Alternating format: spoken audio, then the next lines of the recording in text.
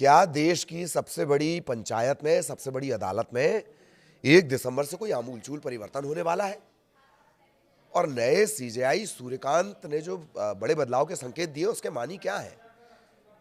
क्या कुछ बड़ा होने वाला है? ना सिर्फ वो संकेत दे रहे हैं, बल्कि जो सीजेआई सूर्यकांत हैं उन्होंने शपथ ग्रहण के पहले ही कई चीजें क्लियर की थी। डीलिस्टिंग को लेकर क्लियर किया था, अदालतों की जो पेंडिंग केसेस हैं उसको लेकर क्लियर किया था, और उसके बाद से लगातार शपथ लेने के बाद से 24 तारीख को मेरा ख्याल उन्होंने शपथ ली है, उसके बाद से लगातार उनकी जो टिप्पणियां हैं, उनके जो बयान हैं वो सुर्खियां बन रहे हैं, चाहे वो प्रदूषण को लेकर कहा गया हो या एक जो बड़ा अपडेट कि 1 दिसंबर से बड़ा बदलाव होने वाला है।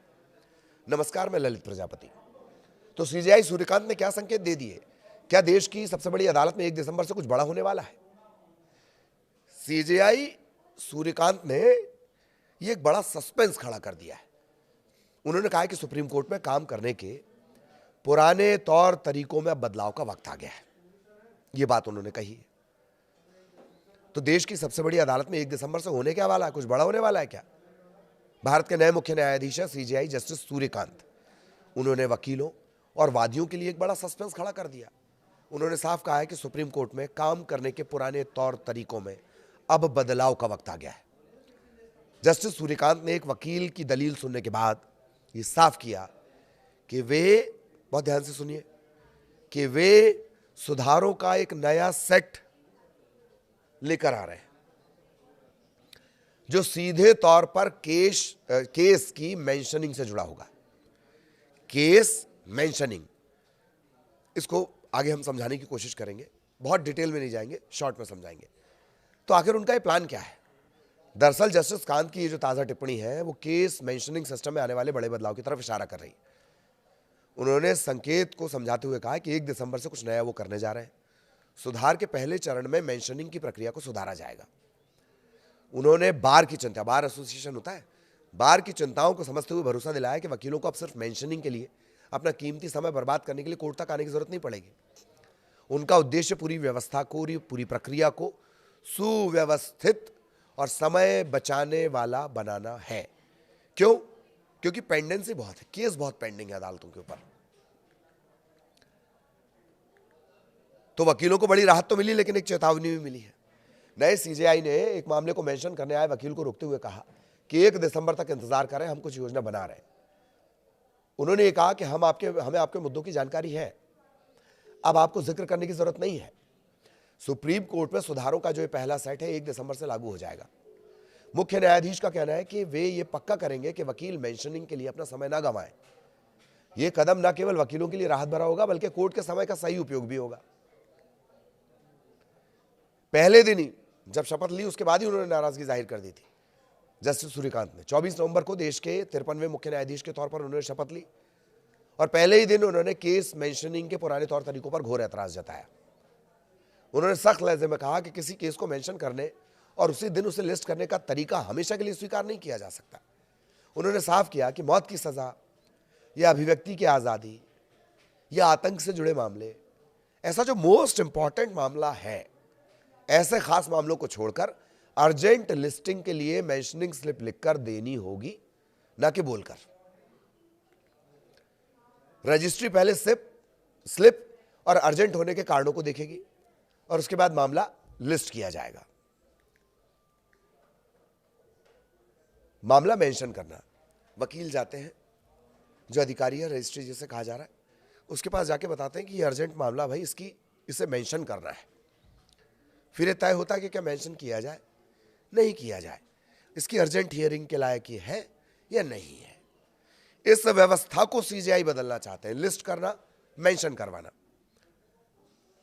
मामले को मेंशन करवाना कि क्या ये सुनवाई योग्य है, अर्जेंट हियरिंग लायक है, ये मेंशन करवाना हो गया। और लिस्टिंग, फला तारीख को फला अदालत में फला टाइम पर इस केस की सुनवाई होगी, मामले को लिस्ट कर दिया जाना। अभी मोटा मोटी इतना ही समझिए, थोड़ा जटिल है, न्यायालय की अवधारणाएं थोड़ी जटिल है। तो ये हो गया मेंशन करना, लिस्ट करना, इसी में सुधार चाहते हैं।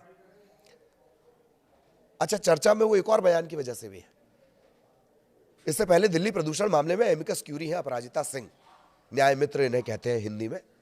अपराजिता सिंह ने प्रदूषण के मामले को सुप्रीम कोर्ट के सामने रखा, कहा दिल्ली एनसीआर में स्थिति चिंताजनक है, ये स्वास्थ्य आपातकाल है।